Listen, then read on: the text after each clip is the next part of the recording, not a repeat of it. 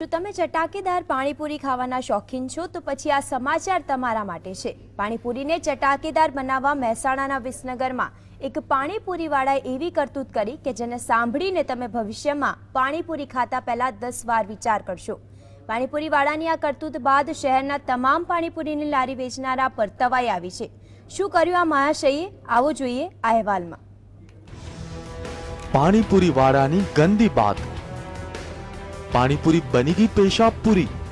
વાત છે મહેસાણાના વિસનગરની કે જ્યાં એક પાણીપુરીવાળાએ લારી પર મૂકેલા ગ્લાસમાં જ કરી નાખ્યો પેશાબ। જી હા, નગરપાલિકાના એક કર્મચારી વિસનગરમાં ફરતા હતા ત્યારે તેણે પાણીપુરીના એક લારીવાળાને શંકાસ્પદ રીતે લઘુશંકા કરતા જોયો।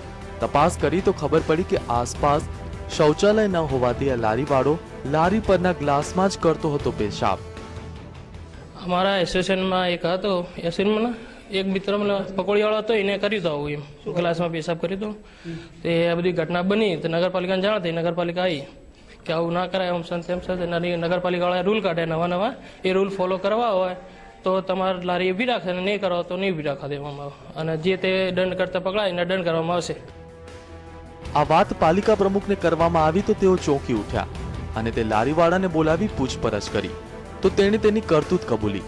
જે બાદ પ્રમુખે વિસનગરની તમામ પાણીપુરીની લારીઓ હટાવવાનો આદેશ કર્યો।